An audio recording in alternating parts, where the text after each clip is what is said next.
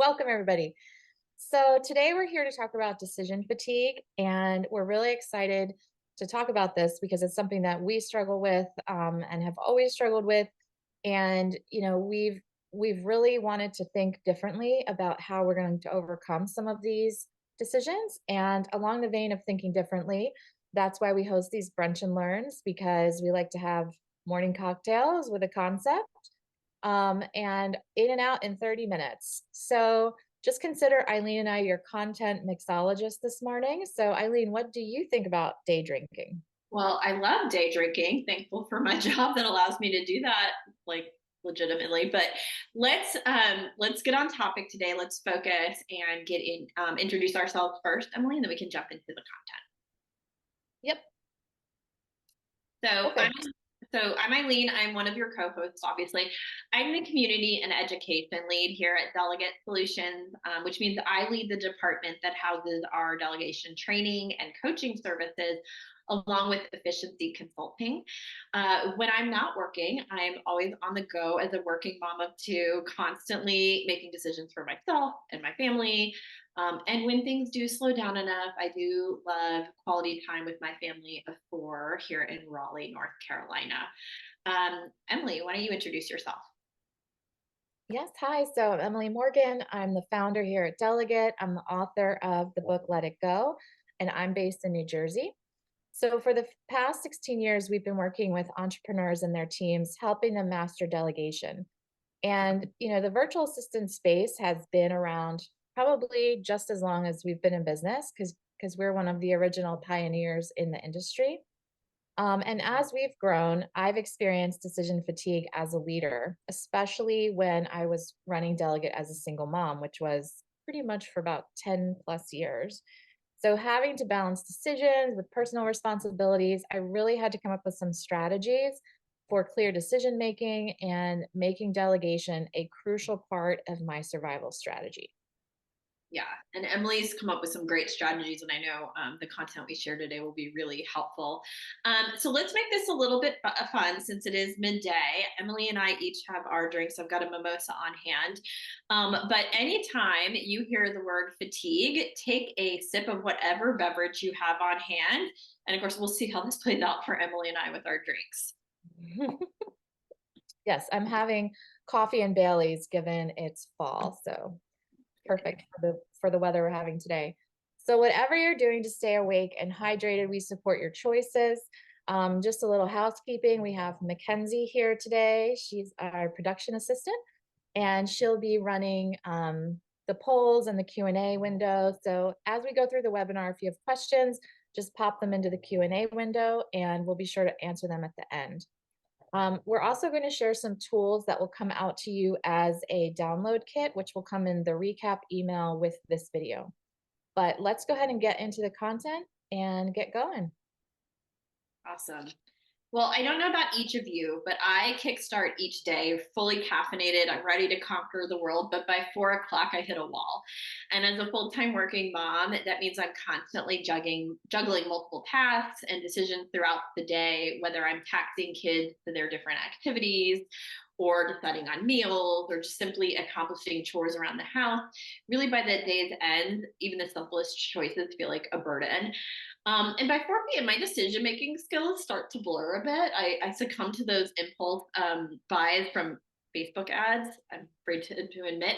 I opt for ice cream dinners. I snap at my husband's date night suggestions. It's sort of like my rational side just kind of throws in the towel and gives up. So here's an example though. When my car unexpectedly gave up on me, I had to buy a new one without any research or really preparation. And the dealer asked what kind of extra features I wanted. I froze. I was really overwhelmed by that one question, especially after a day of so many decisions. So instead of taking a step back, I made decisions that I regret now every time I get that monthly car payment bill. I ended up with costly add-ons like that I rarely use, and hopefully some of you can relate to this. but I bought a cleaning kit that's currently just gathering dust in my trunk. I added heated seats, which where I live in North Carolina, I really probably only need one time a year. And I added social media to my car play, which is like the most unnecessary purchase possible. Like, why did I feel I needed that? So my point is we all sort of reach these breaking points and make hasty decisions out of pure exhaustion. And it happens to all of us, whether it hits at 4 p.m. or another time of day. And then we're left questioning our choices, right? And wondering if someone else could have handled those better. So I'm curious to hear how you all respond when you have a lot of decisions to make. Are you like me? Do you completely shut down? Do you become hyper focused and care more than you should? Or do you thoughtfully prioritize decisions well? Go ahead and answer the poll.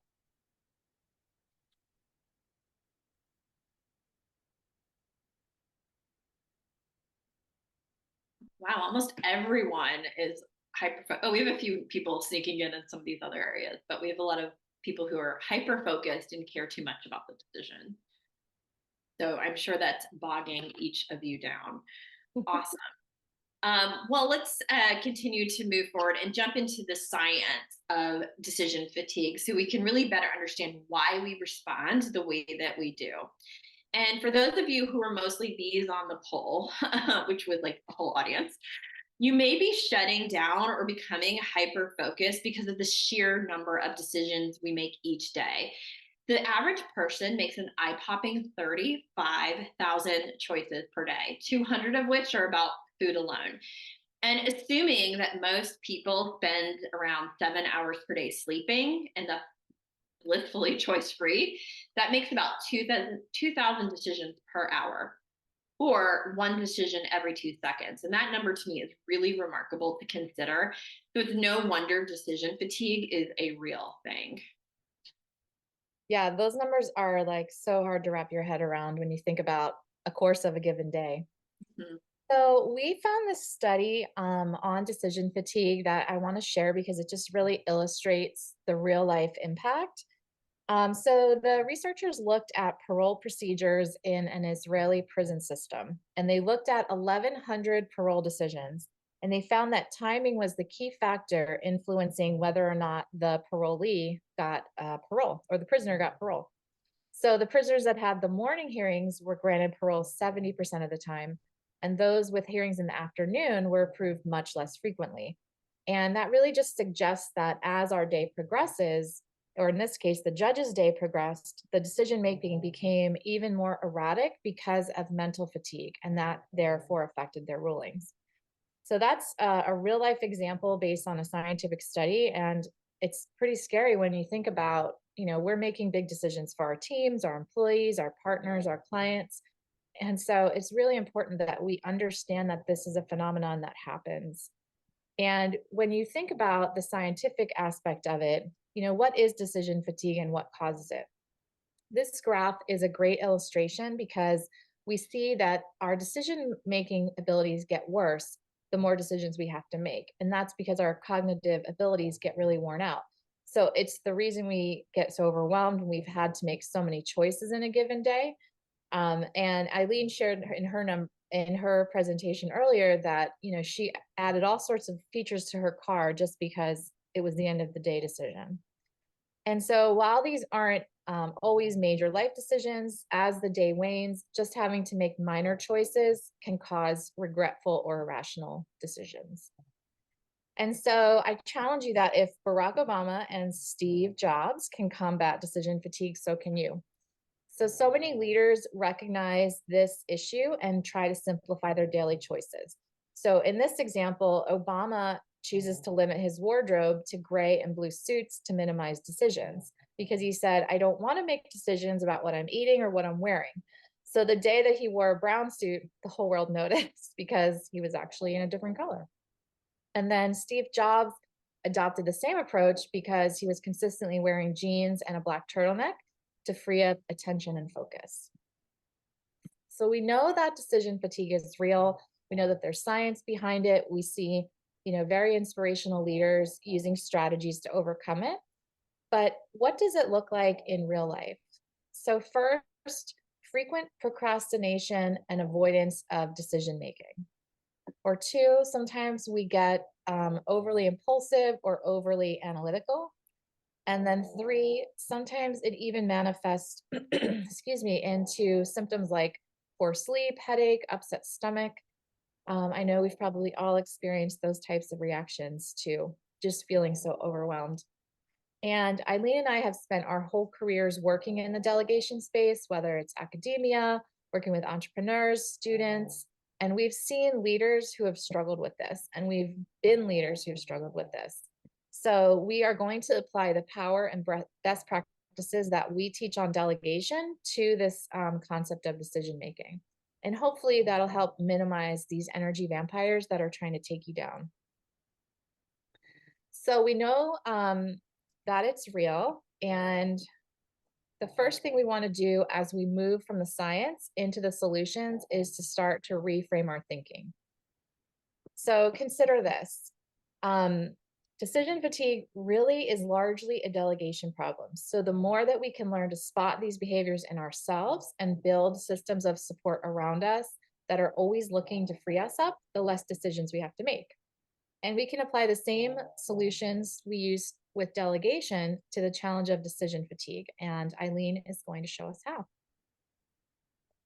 Absolutely. Delegation is your way to find that really quickly. And it really begins with some self reflection. Like our work with delegation, combating decision fatigue begins with changing our own belief patterns, creating self awareness, and reframing our own thinking. And if you're being really honest with yourself, are some of your decisions just really you unnecessarily inserting yourself? I'm guessing so.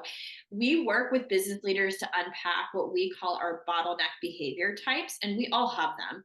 Awareness of our own behavior bottlenecks is an important first step in really cutting down on the volume of decisions in front of us each day. So let's explore those behaviors that are definitely creating more decision fatigue than is necessary. We're going to start with the hero, and this type always loves to save the day. If you are a hero, your team requires too much permission and it's stunting company and employee growth. You thrive on the feelings of necessity and emergency that you receive from your team, and it's possible that this bottleneck has developed because you haven't put the right people or resources in place. So there's really a lack of clarity around roles and responsibilities as a result, which prolongs the need for your personal involvement in decisions. The next type is the interventionist. This is my type, and these types love to always be in the loop.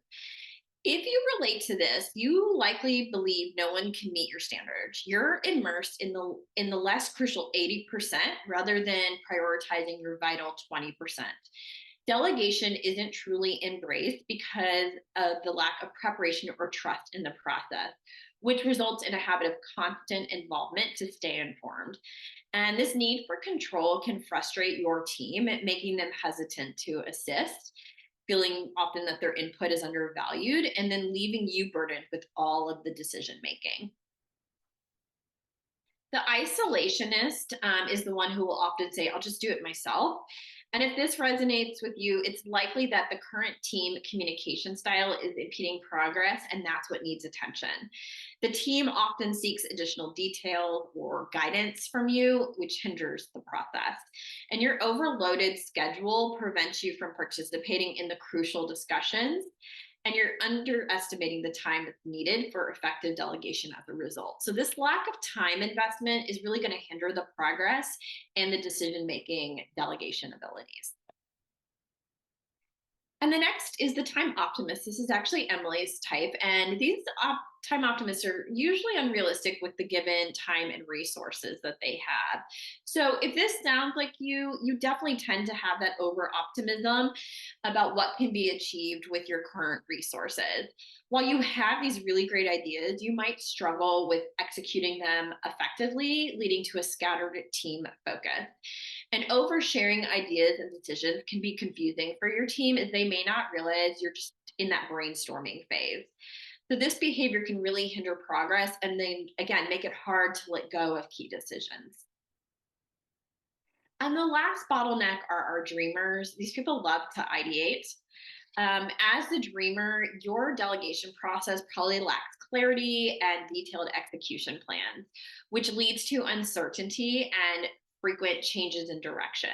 You have a habit of changing your mind so frequently as your ideas evolve, and that ambiguity can really erode confidence and frustrate your team. So, what your team needs from you is clarity and commitment to see your most important ideas through so that they can make the best decisions on your behalf. So I'm curious, after hearing all these bottleneck types, which one resonates with you? Go ahead and submit your answer on the poll. I'm really curious what we have. Intervention, little mix of everything right now. All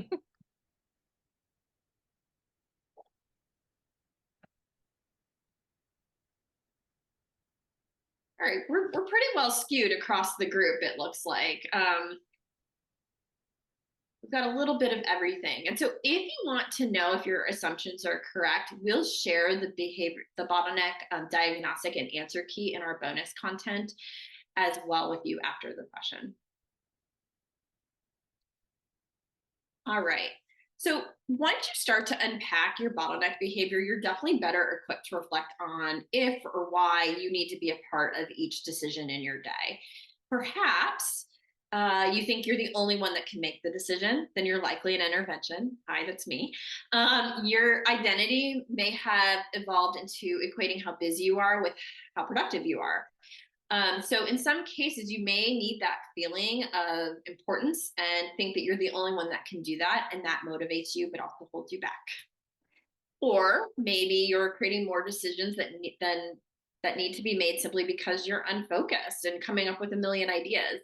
Remember, we really love these dreamer types, but in some cases, decision fatigue is definitely inflicted because they're kind of over optimistic, right?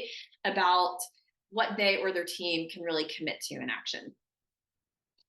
And if you subconsciously think your team is incompetent, then you might be a hero because you're trying to swoop in and save the day constantly. If so, there may be a lack of trust or skill set that you need to address, and you need to upskill your team. If you struggle with this, you're definitely not alone. It's very common. And Emily's going to share a little bit about our delegation trust filter, which will really help you address that lack of trust. Yeah, so this is a brand new tool that we've just created, and we're just releasing it via this talk. But it was built to serve as an easy way for you to objectively evaluate your team and try to set a baseline for the levels of trust that exists with delegation. So it is really part of a decision-making framework that you can bring clarity to decisions that you have to make. And this tool will be shared in the email follow-up, but let me just give you a real quick overview. And it's simple to use and it prompts your thinking. So if you deep dive into the tool, along the top, you're just going to list your team members' names. And along the left is a list of criteria to assess the level of trust that you have with your team. So next to each trust criteria, score the person on a scale of 1 to 5. There's a little answer key at the bottom there. And when you're done, just tally up the score at the bottom to figure out which level of trust you have with each team member. We also included a completed form at the back of the document that you can take a look at as a reference when you do it for your own team. But as Eileen spoke to earlier, that there's so many underlying behavioral issues that have nothing to do with trust issues that might come up on this filter. But this is just another way that you can reflect and bring some strategies to overcome each of these challenges. It's really a great tool. Often we hold on to decisions that add to our fatigue because we have built up scar tissue, essentially, that's built up over time after many disappointing delegations or regretful decisions made on our behalf. So ultimately, choosing to let go versus not is a behavioral change and a choice. And the great thing is behaviors can be fixed. So when we start to unpack the excuses that we hold on tight to everything, we'll see that they are directly tied to limiting beliefs that really have nothing to do with what we're trying to delegate or to the team members who are trying to help us. Typically, leaders aren't even aware of these limiting beliefs. And so you can see a few examples on the screen that we've really uncovered and seen consistently over the years. But the nice thing is we are able to modify our thinking and our ability to grow and learn. And we can train our brains to acquire new habits around any changes we desire through attention and reward and really reinforcement behaviors. Throughout the use of these small, consistent behavioral changes, we can create big transformation. And these are the principles we encourage you to apply in your approach to change your heart and mind around letting go of the decisions that are bogging you down. And so here's a few examples you may want to think about. Decision making comes easily and naturally to me. I am an effective and smart decision maker, or my decision making efforts are being supported by the universe. Create an affirmation that you can repeat to yourself to stay in that positive mindset around overcoming the challenges that come along with decision fatigue. Yep, I surround myself with smart and capable people. That is an affirmation I love to use to bring a lot of great energy to my team and my day. But if you remember the bottlenecks we discussed, some of these behaviors are tied to our own behaviors and our own head trash, because we're never going to be able to set others up for success without first looking at ourselves.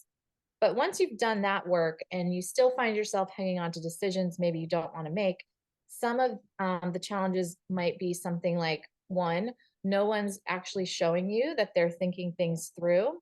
And sometimes a solution there is to just simplify and clarify to build confidence. And so with from a delegation standpoint, we teach people, let's start small, build confidence with smaller asks. So you can apply the same technique to decision making. Start small to build confidence.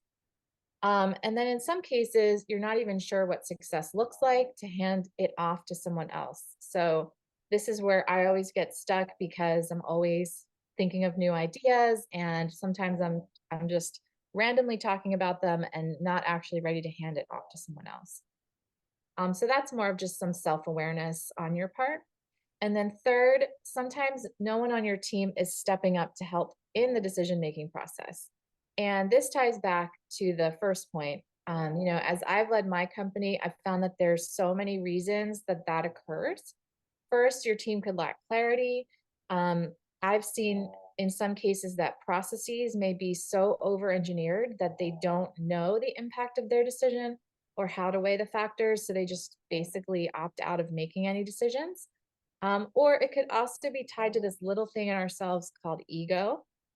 And again, Eileen touched on this a little bit, but if we're used to being at the center of every decision and our teams are trained to have to run everything by us, we really haven't empowered them to any level of decision making at that point. So we have a strategy to assist with that challenge. And one is to delegate your thinking using a framework.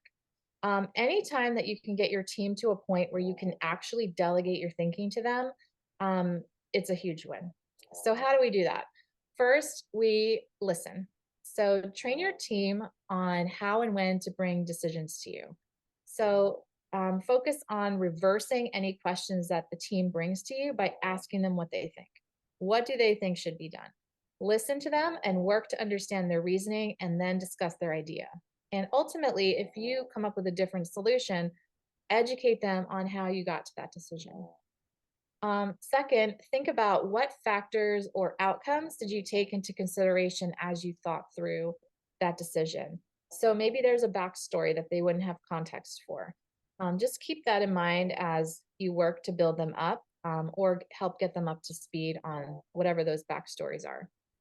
And then third, how did you prioritize any competing priorities? So what was most important in your decision making? Was it financial, morale, culture, reputation?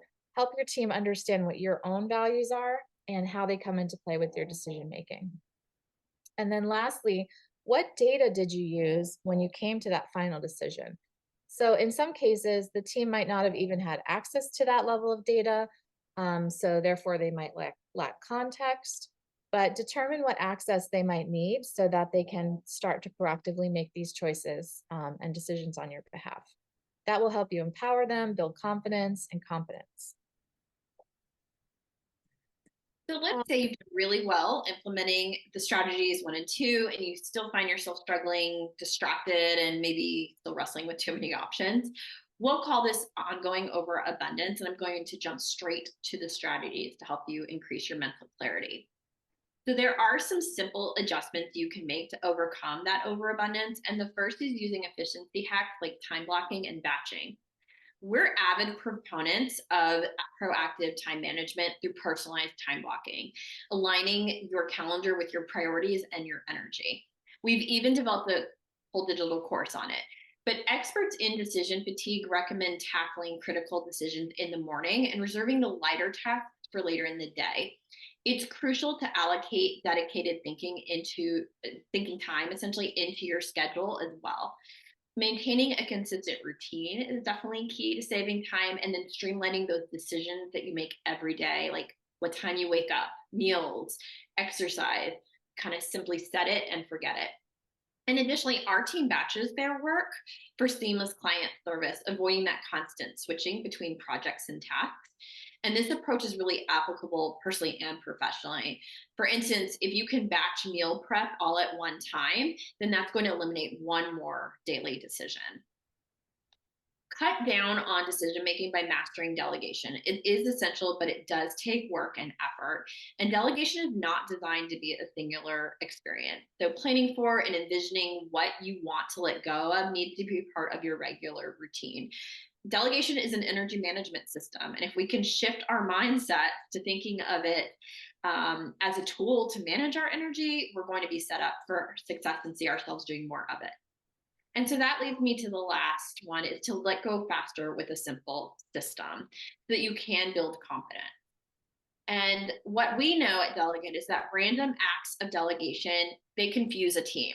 So implementing a delegation system into your routine ensures that everyone is thinking about delegation in the same meaningful and effective way.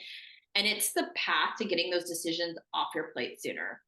So our delegate freedom system consists of 5 easy steps, and it is built so that it should run and repeat with ease. And I'm just going to highlight each step quickly for you. Focus, the first step, is about centering yourself and just getting clear on how you want to spend your time so that you're doing meaningful work. The whole point of this step is really to understand what that meaningful work is, what it means to you. Evaluate is about reviewing your calendar and objectively reviewing how you are actually spending your time and whether it's advancing your goals. In this step, we're also thinking about who can take on the work that we don't like and aren't good at. So who can you delegate your decision making to? The third step is prioritize. And this is where you're developing your actual delegation strategy that's tied to your goals and priorities to ensure that what's being handed off is truly going to move the needle for you. And this will help make sure that you're unloading those decisions that are really weighing you down. As part of the handoff step, step 4, you'll need to clarify or clearly describe what success looks like, establish metrics for the delegation, and then sync up about who is doing what by when. And this step is really a huge step to finally get that decision-making power into someone else's hands. And then the last step is feedback. And this is really about establishing a healthy and open feedback loop by setting expectations and guidelines around regular ongoing evaluations of what's working and what's not. So using this system is going to really allow you to master delegation and cut down on those decisions, and you'll feel a lot less fatigued as a result. Yep, exactly. So one closing solve to tack onto this idea of having a system and a framework with delegation and applying that to decisions is to reframe our own thinking when it comes to delegation. So strategic coach teaches us a simplified concept called who, not how, which basically means that rather than always thinking about how we're going to get something done, we stop and think about who can help us get it done. So with the idea of who, not how, one thing to think differently about is to think about having a solid thinking partner. So a system for delegation can help proactively anticipate and absorb a lot of these decisions, but you can even reimagine someone like your admin as a thought partner because they likely already have the characteristics of anticipating needs, thinking strategically, working methodically. So how do you move them from a good admin to a great admin? capable of absorbing as many decisions as possible for you? Well, even if you've scored them at a lower score on the delegation trust filter, they likely still have these raw skills that you could bump up and up level trust with them when they understand what your process is and you have a clear system to work within. And this work is a constant learning process and effort for you and your teams. We have a delegation coaching and training program, and we've seen leaders and their teams get revamped to work together in this sort of capacity within 90 days.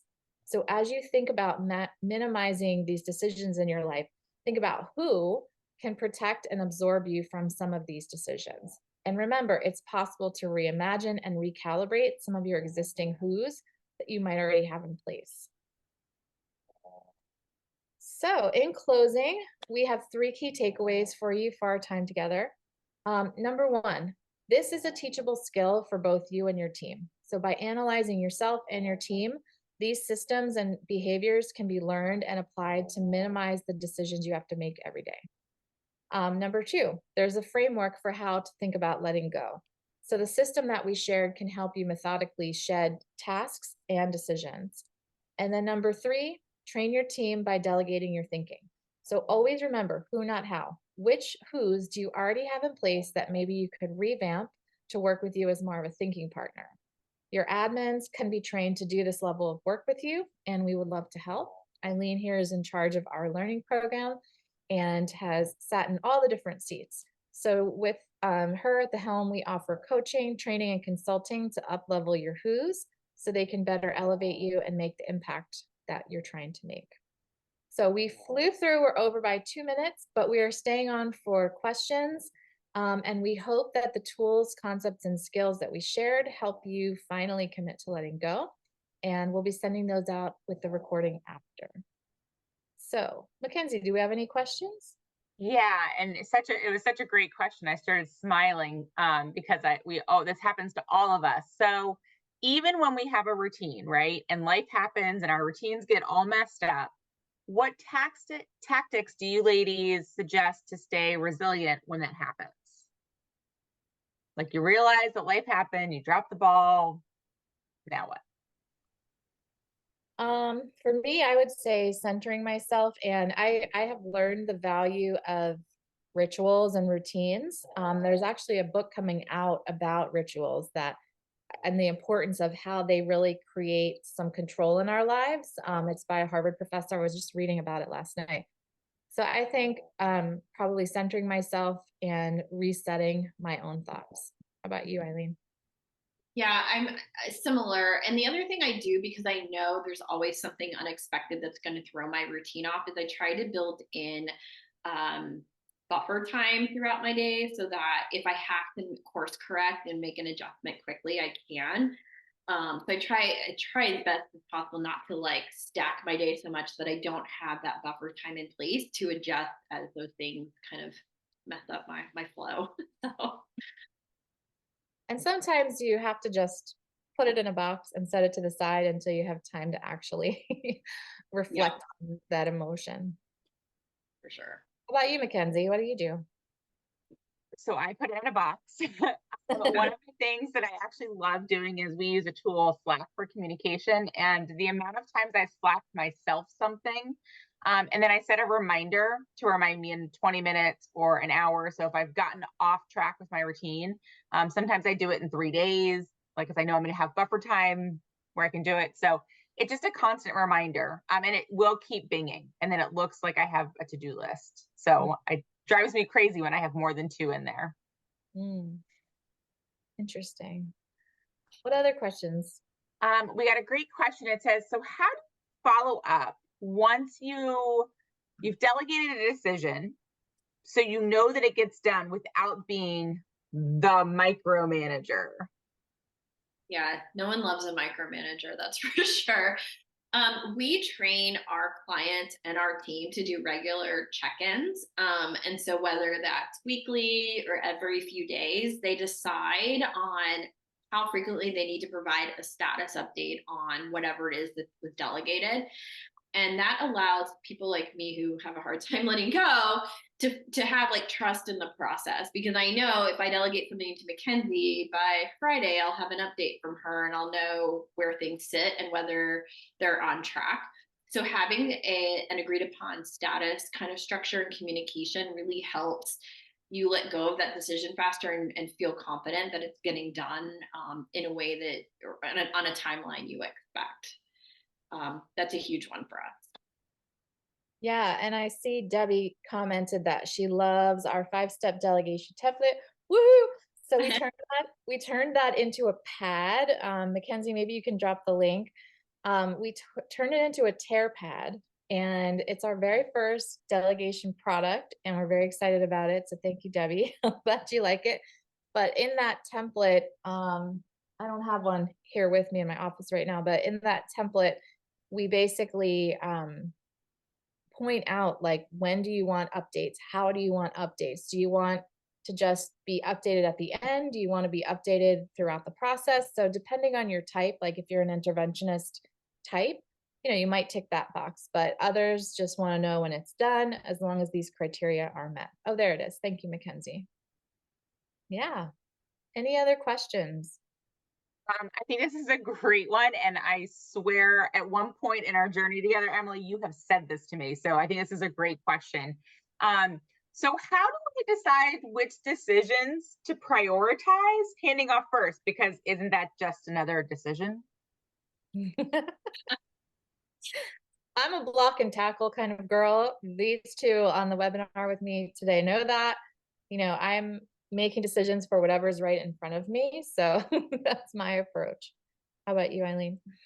I think to decide what to prioritize first, I think it comes back to what you see as your most impactful contribution. Like, what is most meaningful for you in your work and personal and professional life? What are those things you value that you really want to get lost in and spend your time in? And then kind of backtracking and figure out what decisions don't serve that or get in your way of really focusing on your contribution. I think I try to think about the things that are taking up time and energy that are taking me away from the things I care about, so that those are prioritized on off my plate first.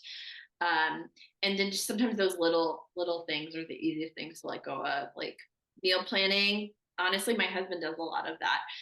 That helps, which is rare. But like I try to pick out my clothes in advance. I try to just do those simple tweaks so I don't have to think about it. I can just kind of show up and go. But to me, it always starts with where you want to spend your time first, and then anything that doesn't move that needle or gets in the way is what I would let go of immediately. That is our core philosophy. So you're right on. Also looking for things that are repeatable. So decisions that you have to make over and over again. If you're looking to just, start small and build confidence, is looking for, your team keeps coming to you, asking you about this. The other thing to think about is Working Genius and Kolbe. So if you've done either of those exercises on your team, there's one called discernment. So if you have within Working Genius, one of your team scores with a strong D, yeah, discernment is really great at making decisions. So you can start to look at your team objectively in that way too. And the other thing with a tool like Kolbe, when we look at the quick start number, I can say Georgia, for example, who has supported the company for pretty much its entirety, she's a 1 quick start. And Georgia requires a lot of permission to move things forward. So those tools can give you insight along with running the delegation trust filter to help you make decisions around who is a great person on your team for what. Awesome. Any other questions? Are there any other strategies that you guys have thought of as we've been talking to help overcome any more decision fatigue that we may have? I definitely think practicing self-care and building in self-care into your routine and your day is important. We do clarity breaks at Delegate, and so I'm not always successful, but I really do try to block out clarity breaks throughout the week where I disconnect from everything, because it allows me to just step away. I might go for a walk and kind of clear my head and think about a decision I'm struggling with, or think about what I can hand off. So that allows me to come back feeling just more energized and mentally ready for the tougher decisions that I need to tackle throughout the day. But I know a lot of people do yoga and meditation and work out, and that's another way I think they practice self-care to be able to like let go of that decision fatigue a little faster. Awesome. Well, we hope everyone enjoyed the talk today.